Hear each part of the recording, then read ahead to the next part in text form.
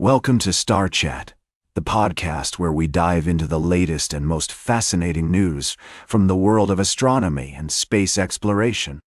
I'm your host, Carl, and I'm thrilled to have you joining me today. As we embark on this journey through the cosmos, let's start with a story that's out of this world. Literally. You might have heard the rumors, but it's time to set the record straight. The Milky Way galaxy, our home in the universe, is not going to collide with the Andromeda galaxy anytime soon. Well, at least not as soon as we thought. According to recent findings from the Hubble Space Telescope, the chances of a head-on collision between our galaxy and Andromeda are much lower than previously predicted. In fact, simulations suggest that in about half of the scenarios, the two galaxies will fly past each other, separated by a distance of around 500,000 light-years or less. That's 5 times the diameter of the Milky Way. But don't get too comfortable. There's still a small chance, about 2%, of a head-on collision in roughly 4 to 5 billion years. However, considering that our sun will likely burn out in about 5 billion years, and Earth will become uninhabitable in roughly 1 billion years due to the warming sun, a collision with Andromeda is probably the least of our cosmic worries. The Hubble Space Telescope has been operating for over 3 decades, and it continues to make groundbreaking discoveries that shape our understanding of the universe. From the majestic spiral arms of galaxies to the violent gravitational interactions between them, Hubble has given us a front-row seat to the most spectacular show in the cosmos. And speaking of galaxy interactions, let's take a look at UGC 1810. A wildly interacting galaxy that's currently battling its smaller galactic neighbor. The result is a stunning blue outer ring, formed by massive stars that are hot and have formed only in the past few million years. It's a cosmic collision that's both beautiful and violent, and it's happening right before our eyes. We'll be right back with more fascinating space news on Star Chat. Welcome back to Star Chat. I'm your host, Carl, and we're thrilled to have you joining us again for another exciting segment.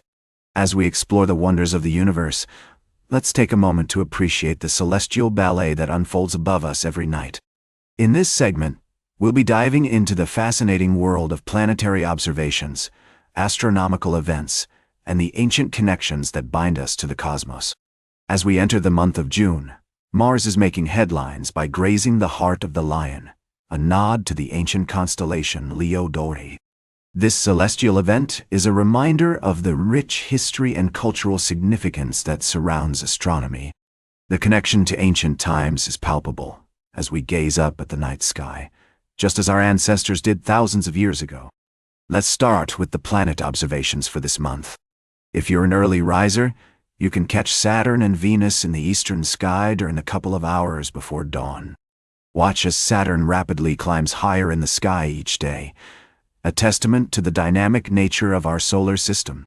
On the 19th, the third quarter moon will be nestled beside Saturn, while on the 22nd, a crescent moon will accompany Venus. Later in the month, Mercury will make an appearance, popping up low in the west, just as the sunset's glow is fading. But June isn't just about planetary observations. It's also the start of Milky Way core season.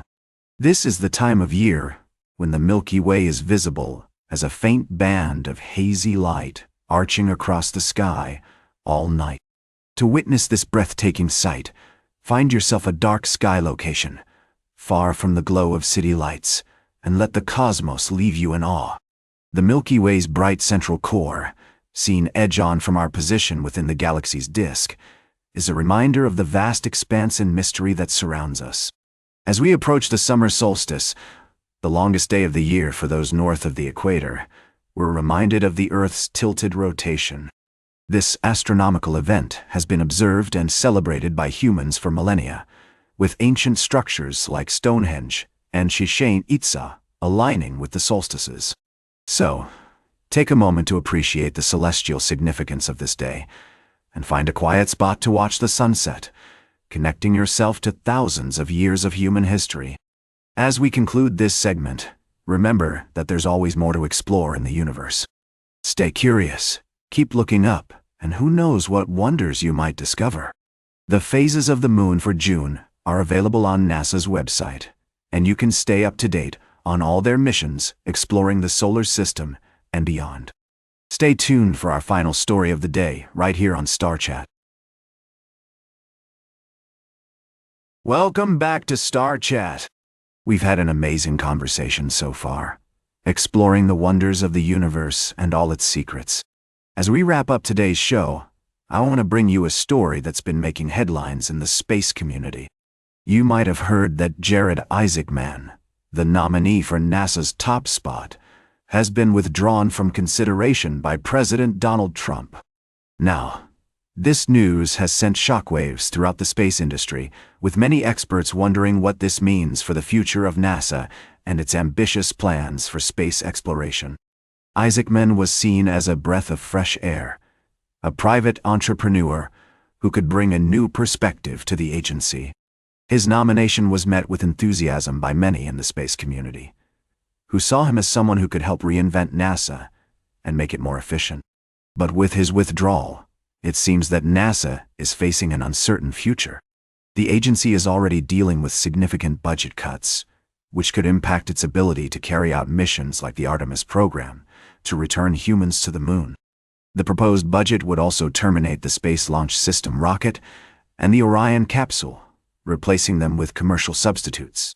This has left many in the space community feeling frustrated and concerned about the future of NASA. As one leading official told Ars Technica, NASA is fucked. It's a stark assessment, but it reflects the sense of uncertainty and unease that's gripping the agency right now. So what does this mean for the future of space exploration? Will NASA be able to bounce back from these setbacks, or will it struggle to achieve its goals? These are questions that we'll be exploring in more depth in future episodes of Star Chat. For now, though, it's clear that the withdrawal of Jared Isaacman's nomination is a significant blow to NASA and the space community. It's a reminder that the politics of space exploration can be just as unpredictable as the universe itself. That's all for today's Star Chat. Remember to like, share, and subscribe, and until next time, remember to keep looking up at the stars.